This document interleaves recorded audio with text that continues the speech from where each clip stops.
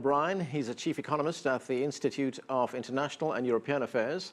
With us in the studio is Constance Baroudos. She's a policy analyst and program director at the Lexington Institute, a policy research center here in Washington. And joining us from Athens is economist James Galbraith. He's a professor of government and business relations at the University of Texas at Austin. Thanks to all of you for joining us. James Galbraith, let me start with you. In a recent article in Politico newspaper, you laid out 9 myths about the Greek debt crisis. Among them, that the referendum that takes place on Sunday is about the future of the euro, that the IMF has been flexible, and that creditors have been generous. That's what we've been hearing over the past few months, but you say none of that's true. Why? Well, of course, it's entirely untrue. And if I could just take up the first of those claims for a second, the idea that this is about Greece's position in the euro is in the nature of a threat made by the governments of Germany, France, Britain, and also Italy right after Prime Minister Tsipras announced the referendum. And the purpose of the threat is to intimidate the Greek electorate into accepting the creditors' terms as they were offered on June 25th. So that's what that claim is about. The referendum itself is simply a question to the Greek public as to whether to accept or reject the terms, whether to support the position of the government, which is that those terms are, in fact, an unacceptable solution for the Greek economy. Dan O'Brien, let's take a step back here. How did Greece get into this situation in the first place?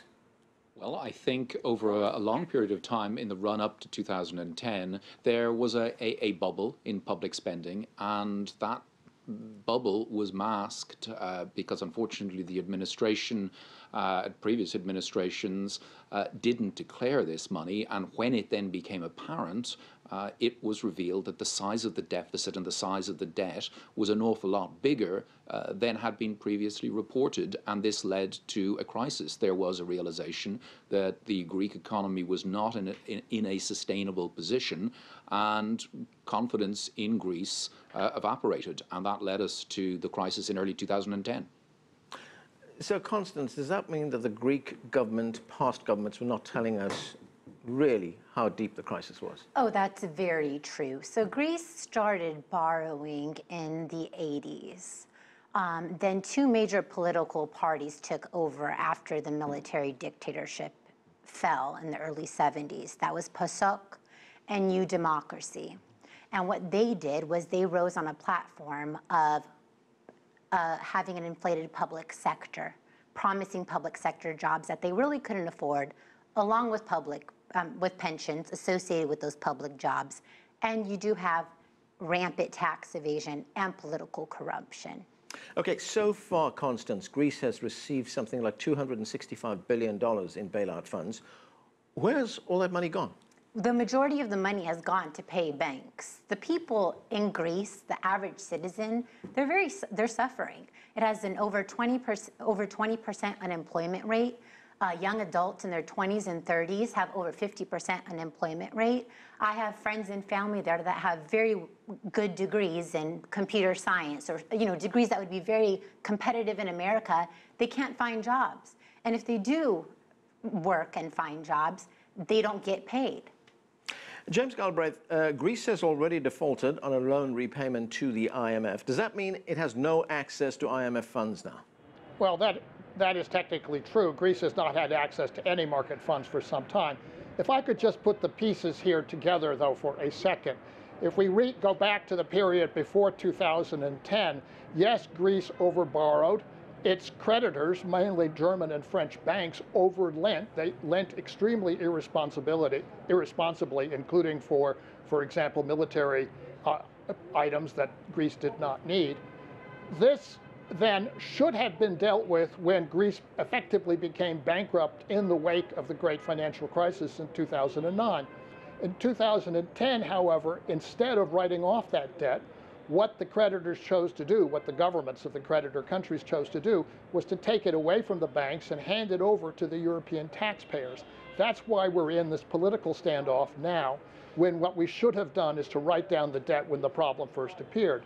Now, after 5 years of a catastrophically failed economic policy inflicted on Greece, and Constance has just given you some outlines of that, What the Greek people did in January was to throw out the previous two political parties, decimating them, in fact, and replacing them with an opposition party, which is now the government, which has sought to achieve a change in the policy.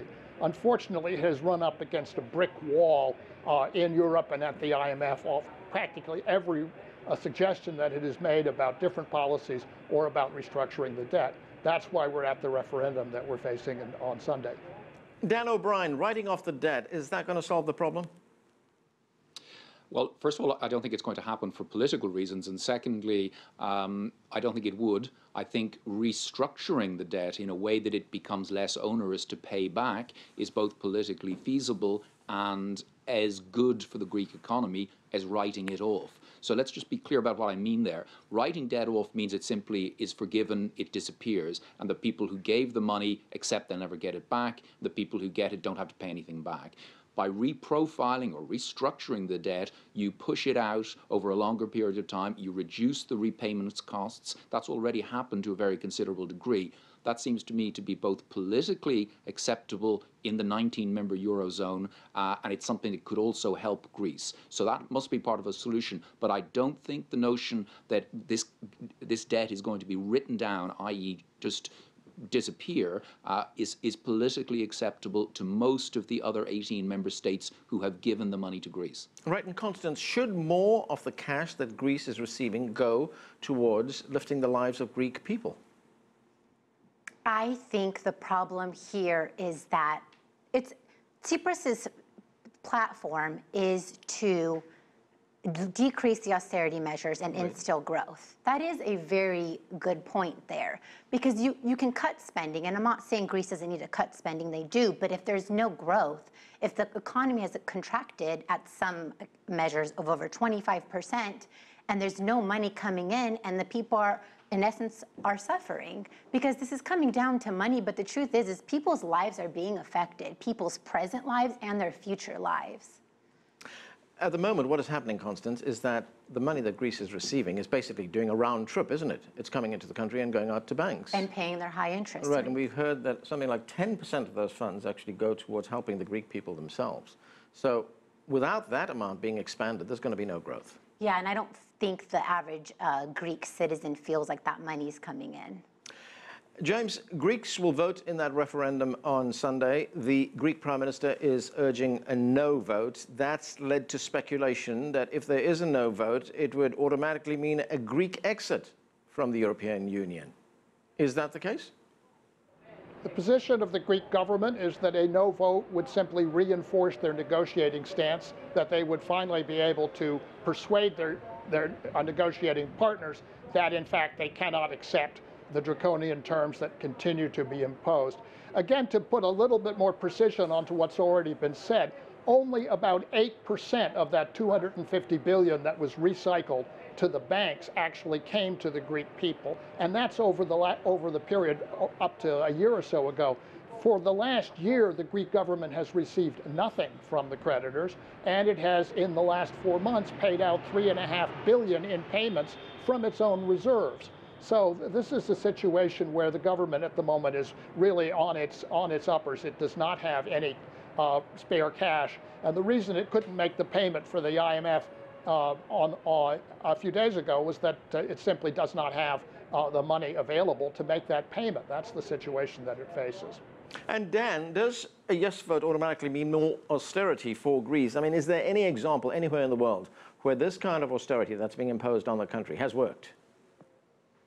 Well, look, you know, I know the professor takes a very particular view. Other people in the economics community take a view that's very different. I'm quite agnostic about this. You can find examples of countries that have gone through periods of austerity, the Baltics, Ireland, the Iberian countries, and have come out. You find others, it hasn't worked so well. Greece is the obvious example. I'm agnostic about it. I don't think the evidence base is very strong either way. Point about Greece is it clearly had been a major dampening effect on its economy, but from last year the economy began to grow. So we could, you know, do the blame game all day. The Greek economy was growing and coming out of it last year. Unfortunately, because of the new uncertainty, that recovery has been killed off, and the hole out of which Greece has to climb is now very much deeper. Constance, we need to take a break, but before that, I want to get your view on the referendum that takes place on Sunday. Do you believe that it's going to strengthen the hand of the Prime Minister in negotiations with the other members of the European Union? I think something that's not pointed out is that, in essence, it's kind of an election, because Prime Minister Tsipras and Finance Minister Varoufakis have both stated if the Greek people vote yes on the referendum, they will pass it in Parliament, but they will step down. So then it makes you think, will the average Greek citizen vote yes, not even in regards to austerity measures of a previous package, but to get these more or less inexperienced leaders down from government?